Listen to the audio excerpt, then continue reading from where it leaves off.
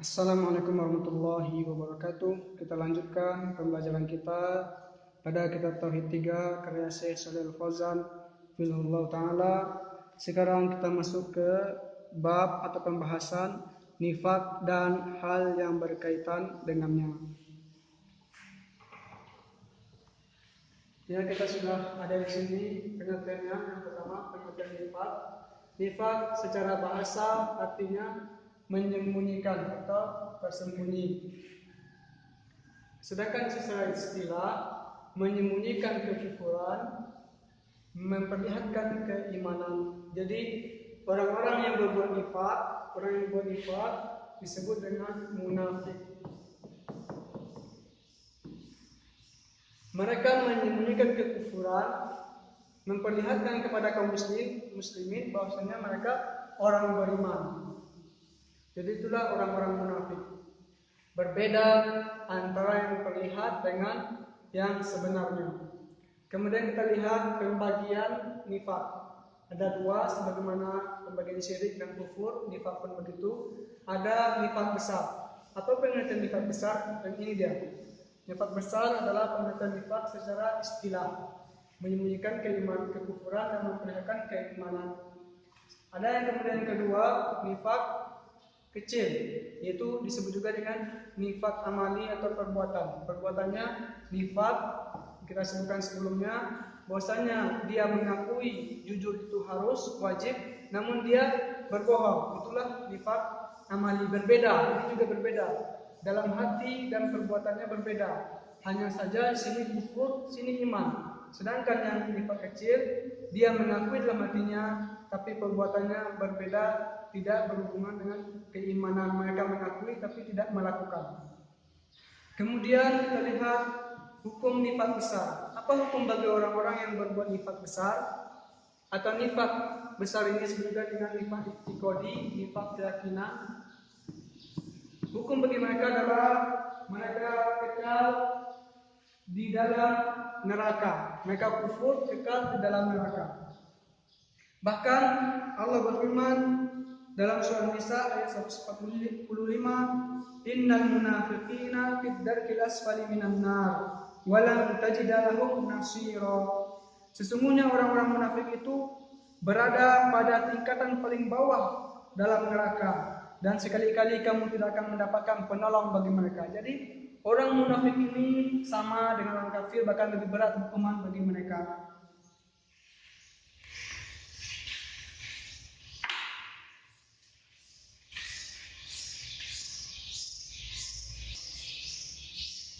Kita lanjutkan.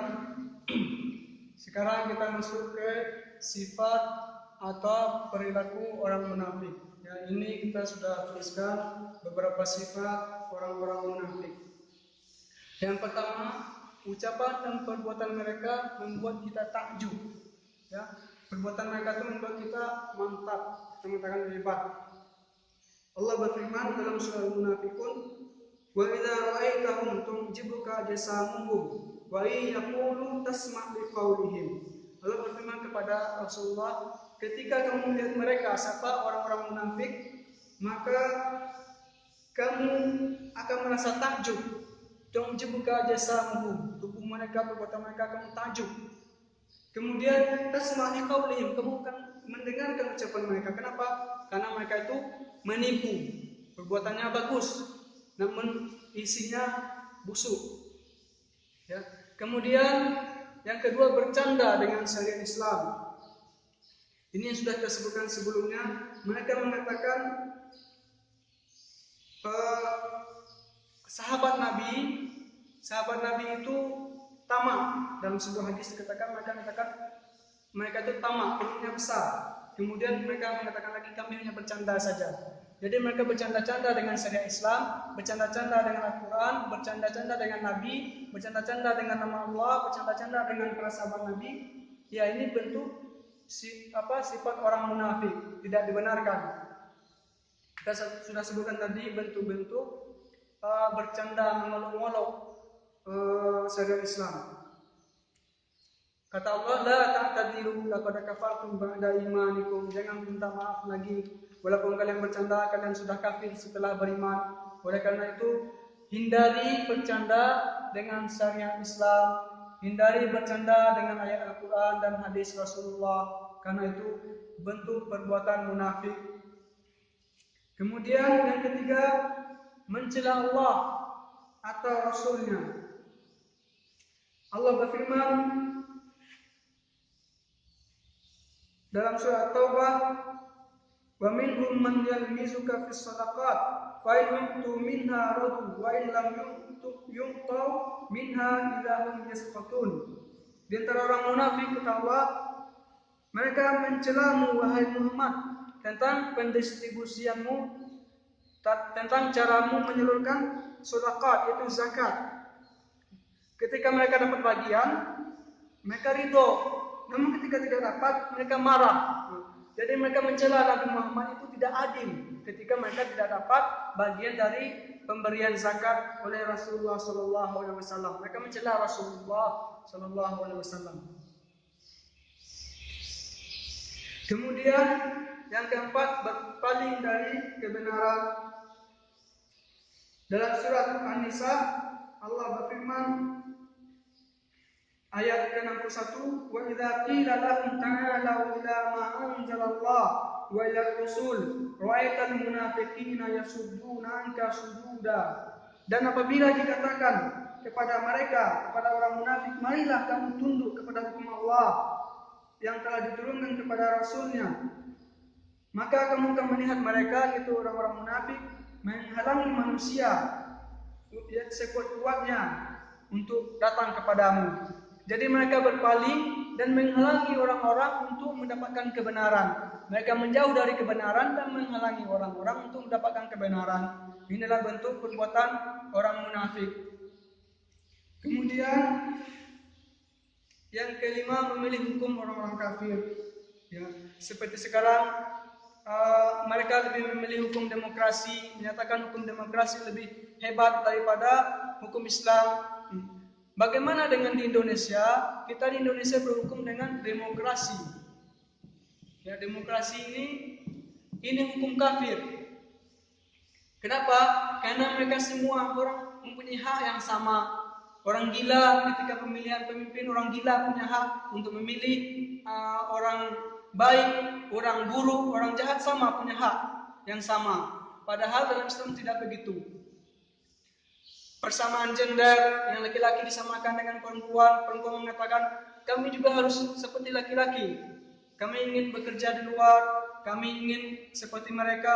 Kalau memang ingin, jangan hanya yang dia suka saja, persamaan itu. Coba laki-laki itu bekerja keras, kerja berat, angkat barang di pasar. Coba pula wanita buat seperti itu biar sama. Ya, laki-laki memanjat di dalam listrik, mereka manjat tiang yang tinggi. Buat perempuan seperti itu biar sama. Jangan hanya yang mereka suka saja. Walaupun sebenarnya ini tidak boleh. Wanita itu berbeda dengan laki-laki dalam Islam.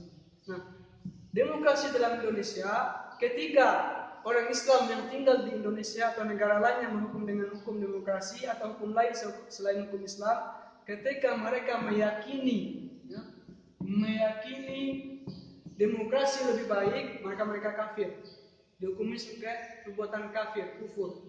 Tapi kalau mereka tetap meyakini Al-Quran, hadis Rasulullah, syariat Islam lebih baik, maka mereka telah melakukan sebuah kesalahan jika itu mereka ridho. Tapi kalau mereka melakukannya dengan terpaksa, karena kita tinggal di Indonesia, mau tidak mau kita harus ikut, maka kita mohon kepada Allah agar kita dimaafkan dan diberikan ampunan oleh Allah Subhanahu wa taala karena telah menjalankan hukum selain hukum Islam. Allah berfirman tentang hal ini, alam tara ilal ladina yaz'umuna annahum amanu bima unzila ilaika wa ma unzila min qablika yuriduna an yatahakamu ila at-taghut wa qad umiru an yakfuru bihi wa yuridu syaitanu an yudillahum dhalalan ba'ida. Pada surah Nisa ayat 60 Allah berfirman, tidakkah kamu memperhatikan orang-orang yang mengaku dirinya sebagai orang aman yang beriman bima unzila ilaika, yang diturunkan dengan apa-apa yang diturunkan kepadamu dan kepada para rasul sebelummu. Mereka inginkan berhukum dengan hukum taghut. Apa hukum taghut?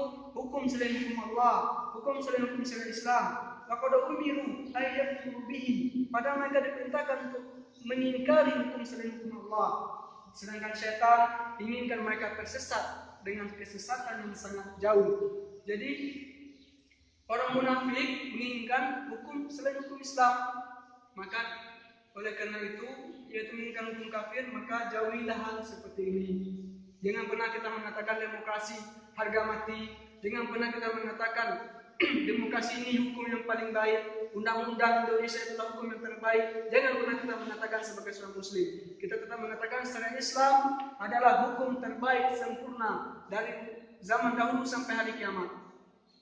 Dan kita mau tidak mau ikut demokrasi dan kita tidak ridho dengan demokrasi yang ada di Indonesia. Kemudian bekerjasama dengan orang kafir, bekerjasama dalam hal apa? Bekerjasama untuk menyerang atau memusuhi orang Islam. Ya, ini tidak dibenarkan. Orang-orang munafik, mereka kita baca sejarah sangat banyak sekali dalam Al-Quran, dalam hadis. Bahwasanya orang munafik ini bekerjasama dengan orang musyrik, bekerjasama dengan orang Yahudi untuk meruntuhkan, untuk menghancurkan orang Islam. Jika ada kita melihat orang seperti ini, maka ada sifat kemunafikan di dalam dirinya. Kemudian yang ketujuh, gembira jika kaum muslimin menderita. Ya. Ketika orang Palestina misalnya dijajah oleh orang Yahudi, mereka gembira. Ketika orang Muslim Myanmar disiksa oleh mereka orang Myanmar, mereka gembira. Ketika orang Islam dapat musibah, mereka gembira. Karena mereka sebenarnya kafir. Inilah bentuk perbuatan orang munafik. Kemudian yang kedelapan, mencela sahabat dan ulama. Sebelumnya kita juga sudah menyebutkan bahwasanya orang munafik mengatakan sahabat Nabi adalah orang yang tamak, atau mengatakan mereka itu hanya taklid buta kepada Rasulullah. Di antara bentuk mencela sahabat Nabi, misalnya ada yang mengatakan Muawiyah bin Abi Sufyan, yang sahabat Nabi namanya Muawiyah bin Abi Sufyan, ini rakus kekuasaan. Atau ada juga yang mengatakan Aisyah istri Rasulullah, Aisyah radhiyallahu anha berzina. Ini mencela mereka. Ini bentuk perbuatan orang-orang munafik. Kita melihat kisah Aisyah dituduh berzina ada dalam surah An-Nur, namanya Haditsul Ifki. Ya. Bagaimana Aisyah dicela dalam Sahih Bukhari, terdapat hadis yang sangat panjang. Aisyah menceritakan bagaimana ia dicela, dia difitnah telah melakukan perzinahan dengan sahabat Rasulullah SAW, itu Sofwan bin Mu'attal radhiyallahu anhu. Kemudian memuji orang kafir. Ya. Ada banyak sekali ini termasuk perbuatan orang-orang. Mereka mengatakan si fulan hebat, dia adalah tokoh yang terkenal, dia harus kita ikuti, dia punya pemikiran yang hebat. Inilah bentuk perbuatan orang munafik. Contoh Allah firman dalam surah Al-Hujurat adalah ayat 14. Alam tara ilal ladzina tawallaw qauman ghadiba Allahu 'alaihim ma hum minkum wa la minhum wa yahlifuna 'alal kadhibi wa hum ya'lamun. Tidakkah kamu memperhatikan orang-orang yang menjadikan satu kaum yang Allah murkai, siapa? Orang kafir sebagai teman? Orang-orang itu bukan golongan kamu dan bukan pula dari golongan mereka. Dan mereka bersumpah menguatkan kebohongan sedangkan mereka mengetahui. Jadi orang kafir bukan golongan Islam. Orang munafik bukan pula golongan orang kafir. Ya. Tapi mereka lebih memuji orang kafir daripada orang Islam. Ini bentuk perbuatan orang-orang munafik. Kemudian kita melihat selanjutnya, ini catatan penting tentang nifak. Yang pertama, banyak ayat menceritakan sifat-sifat orang munafik. Di antaranya pada surah Al-Baqarah juga disebutkan di awal surat Al-Baqarah, "Wa minan nasi may yaqulu amanna billah wa bil yaumil akhir wa ma hum bimumin." Sampai beberapa ayat setelahnya. Dan di antara manusia ada yang mengatakan kami beriman kepada Allah dan hari akhir, padahal mereka tidak beriman. Kemudian disebutkan juga fi qulubihim marad, di hati mereka itu terdapat penyakit, ya. Orang kafir itu penyakit dalam hatinya yang membuat mereka sengsara, menderita dunia dan akhirat. Kemudian ada ayat-ayat yang lainnya. Kemudian ada satu surat khusus untuk mereka, namanya surat Al-Munafikun. Jika kita ingin tahu lebih banyak tentang sifat orang munafik, kita baca tafsir surat Al-Munafikun dan awal surat Al-Baqarah serta ayat-ayat yang lainnya yang menceritakan tentang mereka. Kemudian ini penting, yang kedua, kata munafik, orang-orang munafik hanya boleh kita katakan kepada orang pelaku nifak besar. Karena dalam nas, dalam Al-Quran, dalam hadis, orang munafik ini kekal dalam neraka. Dan tidak pernah disebutkan pelaku nifak kecil sebagai munafik. Jadi kata munafik hanya bagi pelaku nifak besar. Sedangkan nifak kecil yang kita sebutkan nanti tidak boleh kita sebutkan sebagai orang munafik. Kenapa? Ketika dikatakan dia munafik, kita telah mencap dia berada dalam neraka dan kekal di dalamnya. Padahal dia adalah seorang muslim. Kemudian yang ketiga, ini juga penting, orang munafik lebih berbahaya dari orang kafir. Kenapa? Karena orang kafir jelas dia ingkar, dia memperlihatkan permusuhan. Sedangkan orang munafik tidak. Dia memperlihatkan keinginannya untuk menolong orang Islam, untuk ingin kebaikan untuk Islam, dan dalam hatinya terdapat kebusukan yang dapat mencelakakan orang Islam. Kata orang munafik ini ibarat musuh dalam selimut, menggunting dalam lipatan, ya. Jadi sangat berbahaya. Kemudian yang keempat, kita perlu tahu kapan orang munafik itu muncul. Orang munafik akan muncul ketika agama Islam kuat, ketika kaum muslimin kuat. Oleh karena itu, ketika Rasulullah berada di Makkah, tidak seorang pun ada yang munafik di sana.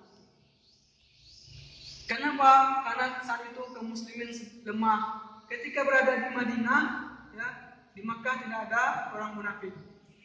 Ya, periode Makkah tidak ada orang munafik. Ketika di Madinah, ya, ketika Rasulullah sudah punya kekuasaan, mereka sudah kuat, muncullah orang munafik. Kenapa? Karena mereka takut. Kalau mereka memperlihatkan kekufuran mereka, pengingkaran mereka, mereka takut nanti orang Islam akan datang menyerang mereka, orang Islam akan datang menangkap mereka dan memerangi mereka. Jadi muncullah orang munafik ketika Islam sudah kuat.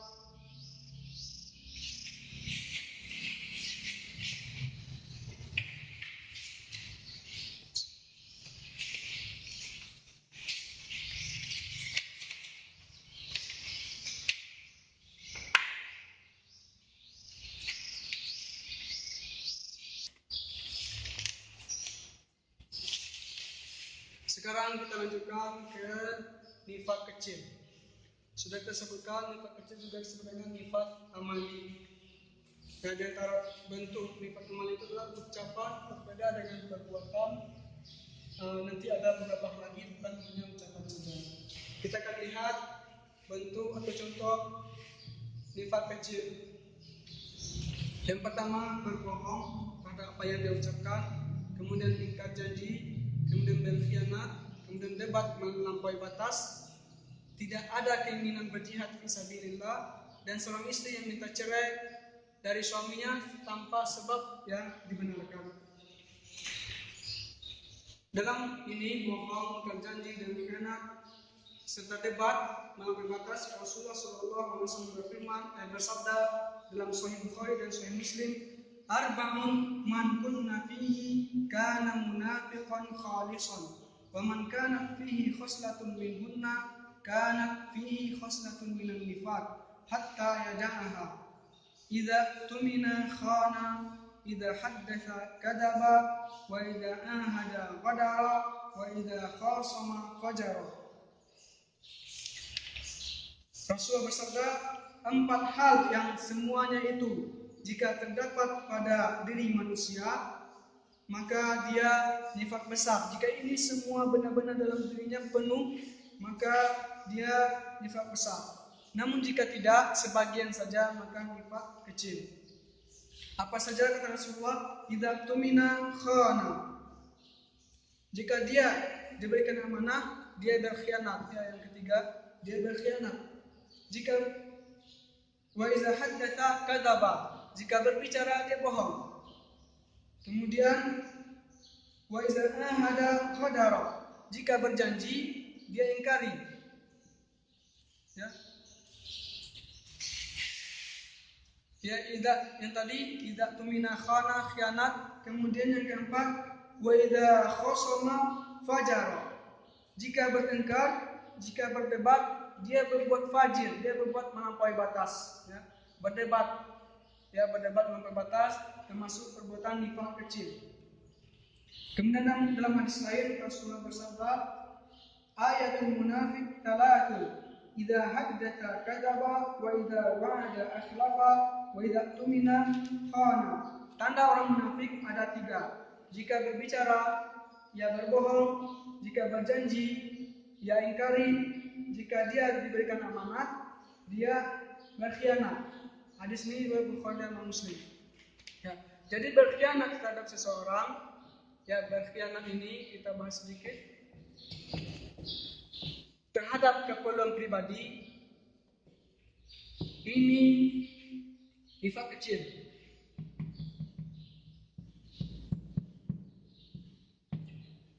Jika dia berkhianat terhadap Islam, maka dia nifaq besar.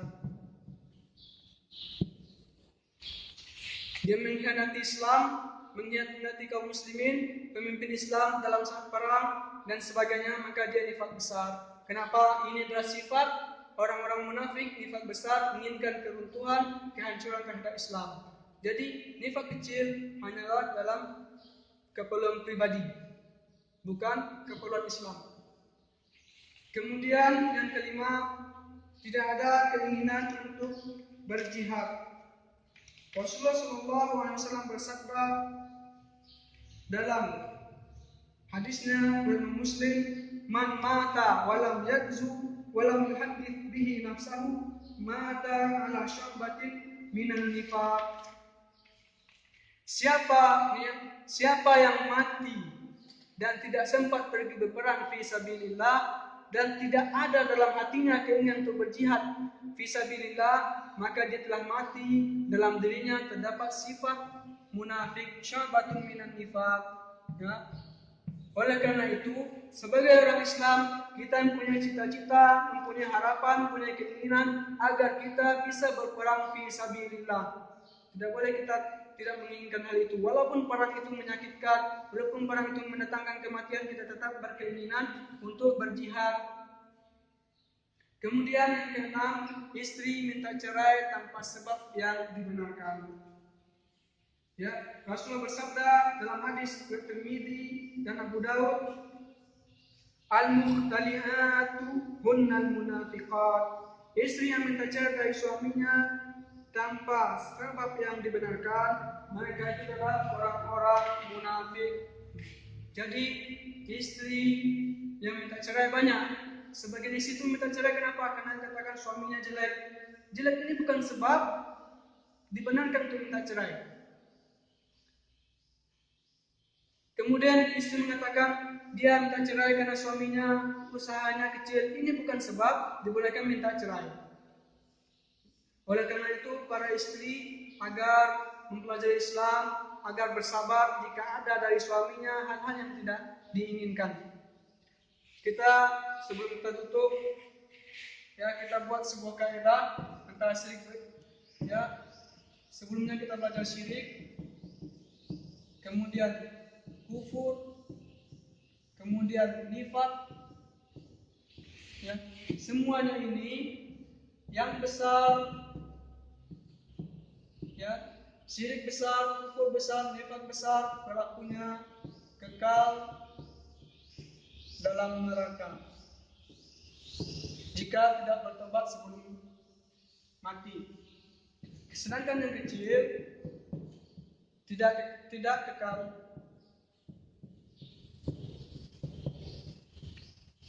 Jika Allah inginkan pengampunan, maka mereka diampuni, ya, atas kehendak Allah.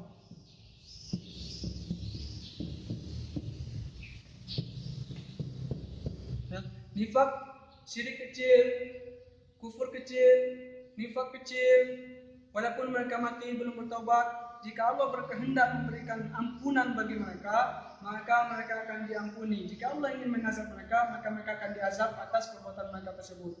Sedangkan syirik besar, kufur besar, nifak besar, jika mati belum bertaubat, mereka masuk neraka, kekal di dalamnya, tidak bisa seorang pun dapat menolongnya. Sebagaimana Rasulullah tidak dapat menolong paman beliau, seorang nabi tidak dapat menolong paman beliau, apalagi kita umat Rasulullah SAW. Itulah yang dapat kita sampaikan. Semoga bermanfaat. Kebenaran dari Allah, kesalahan dari diri kami pribadi. Mohon maaf. Semoga bermanfaat. Assalamualaikum warahmatullahi wabarakatuh.